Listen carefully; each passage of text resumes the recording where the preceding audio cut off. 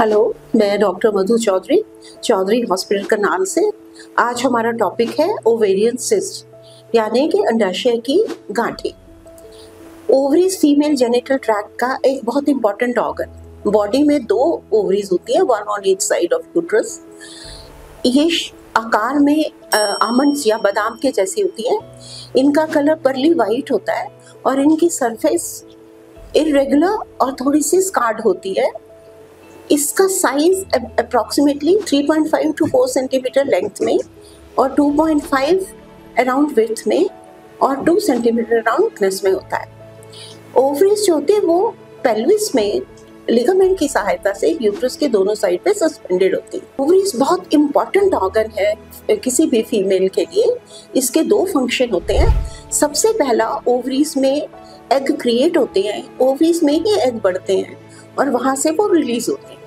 दूसरा इसका main function है ईस्ट्रोजन और प्रोजेस्टेरोन हार्मोन को सिक्रीट करना। किसी भी वजह से अगर ओवरीज के ऊपर कुछ ग्रोथ हो जाती है जो इरेगुलर या एबनॉर्मल ग्रोथ है, उसको हम दो हिस्सों में बांट सकते हैं। एक है सिस्ट वाली, जिसको हम बोलते हैं ओवेरियन सिस्ट।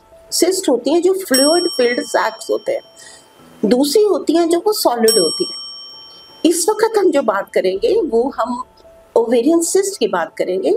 जो सॉलिड होते हैं वो नियोप्लास्टिक या कैंसरस हो सकते हैं। ये बहुत बड़ा टॉपिक है, इसके बारे में will some other time will talk about it. अभी जिस चीज़ पे हम ज़्यादा फोकस कर रहे हैं वो है ओवेरियन सिस्ट। जैसे आपको पहले बताया कि जो सिस्ट किसी भी ऐसे फ्लूइड फिल्ड सैक को कहते हैं जैसे पानी से भरा गुब्बारा होता है, छोटा बलून। जो सिस्ट है उनको हम दो तरह के में डिवाइड कर सकते हैं। सबसे पहला है जो फंक्शनल सिस्ट होती है, दूसरा है पैथोलॉजिकल सिस्ट। फंक्शनल सिस्ट वो होती है जो किसी भी ऑर्गन के नॉर्मल फंक्शन के दौरान बन जाती है।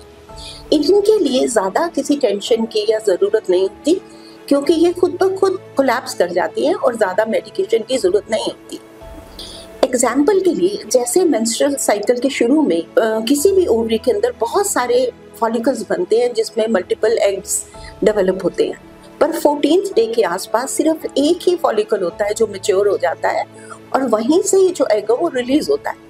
जब एग रिलीज होता है तो उसके चारों तरफ एग के फ्लूइड होता है जो एग को सेव करता है। जब एग रिलीज हो जाता है तो वो जो सैक सा या छोटी बास्केट सी कह ले जो बच जाती है, जनरली वो कोलैप्स कर जाती है 14th डे के आसपास। लेकिन कई बार उसके जो एजेस होते हैं वो ग्रो कर जाते हैं या यूनाइट कर जाते हैं और उसका लिक्विड रह जाता है और वो एक तरह की सिस्ट बनाता है जिसको हम कॉर्पस लूटियल सिस्ट कहते हैं। कई दफ़ा इसमें थोड़ी ब्लीडिंग हो जाती है तो उसको हम हेमरेजिक कॉर्पस लूटियल सिस्ट बोलते हैं। सेकेंड ट्राइमेस्टर में जब बीटा एससीजी लेवल बहुत हाई होता है तो उसमें नॉर्मली भी जो कई बार कॉर्पस लूटियल सिस्ट बहुत बड़ी बन जाती हैं और वो प्रेगनेंसी तक रह सकती है।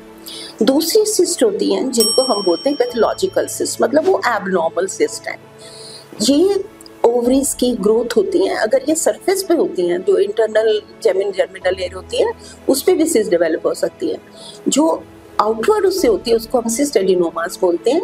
जो जर्मिनल लेयर से होती है, क्योंकि जर्मिनल सेल से होती है इसलिए उसके अंदर हेयर, टीथ वगैरह हो सकते हैं। ये दोनों जो सिस्ट है ये काफ़ी बड़ी हो जाती हैं।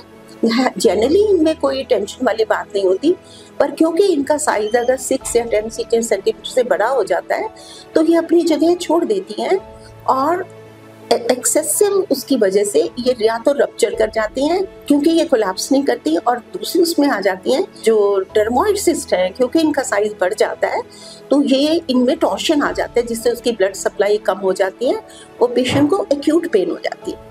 अब हम ये देखेंगे कि पेशेंट को कैसे पता चलता है कि उसके अंदर ओवेरियन सिस्ट है। उसके थोड़े सिम्टम्स होते हैं, जैसे ब्लोटिंग ऑफ एब्डोमेन हो गया, थोड़ी बहुत पेन हो गई, मेंसेस इरेगुलर हो गई, ज़्यादातर पेन ऑन आफ्टर इंटरकॉर्स या पेन आफ्टर मेंसेस या ड्यूरिंग पेन हो जाती है। और अगर ये बहुत ज़्यादा टॉर्शन हो गई या बहुत ज़्यादा हो गई तो उससे पेशेंट को एक्यूट पेन भी हो सकती है। प्रॉपर डायग्नोसिस के लिए डॉक्टर जब आपको एग्जामिन करते हैं तो उनको भी जो सिस्ट है वो अलग से फील हो जाती हैं, जो यूट्रस साइज से या प्रेग्नेंट यूट्रस से अलग फील होती हैं। कंफर्म करने के लिए इसमें अल्ट्रासाउंड होते हैं जो काफ़ी हद तक डायग्नोसिस बनाने में हेल्प करते हैं। और उसकी एक्सटेंशन या और उससे एग्जैक्ट इंफॉर्मेशन के लिए MRI होता है। इसकी जनरली जो ट्रीटमेंट होती है वो डिपेंड करती है कि किस तरह की सिस्ट है। अगर किसी को कैंसर का शक पड़ता है तो कई ब्लड टेस्ट है, एक प्रोटीन ब्लड टेस्ट होता है जिसमें एक ब्लड से प्रोटीन CA-125 जिसको कहते हैं, उससे हम डिफ्रेंशिएट कर सकते हैं कि ये नॉन कैंसरस है या कैंसरस है। ट्रीटमेंट के लिए जिस टाइप का होता है उसी से करते हैं। मोस्टली कहा ऐसा जाता है कि अगर 3 सेंटीमीटर से स्मॉल सिस्ट है तो उसमें ट्रीटमेंट की ज़रूरत नहीं होती, सिर्फ 2-3 मंथ्स के बाद हम उससे अल्ट्रासाउंड करके देखते हैं कि वो ग्रो कर रही है कि नहीं। अगर ये 3 to 5 सेंटीमीटर होती हैं और ये सिंपल सिस्ट होती हैं तो थोड़ी हार्मोनल देके इसको कर सकते हैं। जो हार्मोन्स हैं वो सिस्ट को ठीक नहीं करते पर उसको एक्सेसिव ओवुलेशन होने से रोक देते हैं। अगर ये 5 या 7 सेंटीमीटर होती हैं तो जनरली, अगर ये 7 to 10 सेंटीमीटर हो जाती हैं तो जनरली ऑपरेटर में ही इनको हम सजेस्ट करते हैं। 5 to 7 के लिए हम ट्रायल दे देते हैं मेडिसिन का, अगर 1-2 महीने के अगर उससे इफेक्ट होता है कि नहीं होता। इसलिए बहुत ज़रूरी है कि ऐसे के लिए किसी नॉन एक्सपर्ट डॉक्टर के पास आप जाएं जो इनको डिफ्रेंशिएट करे। और ये बात आप ख्याल रखें कि अगर आपको ये लगता है कि आपको गांठ बताई है तो आप ये पक्का करें कि जो गांठ या जो भी रसोली या भी कोई जो सिस्ट वगैरह है वो यूट्रस के ऊपर है या ओवरीज के ऊपर। बहुत से पेशेंट छोटी छोटी अल्ट्रासाउंड के सिस्ट के साथ टेंशन ले रहे होते हैं। आप इसके बारे में डॉक्टर से ही सलाह करें और उनका जैसे वो कहते हैं उनके अकॉर्डिंगली ट्रीट करें। I hope the information is useful to you. Thank you.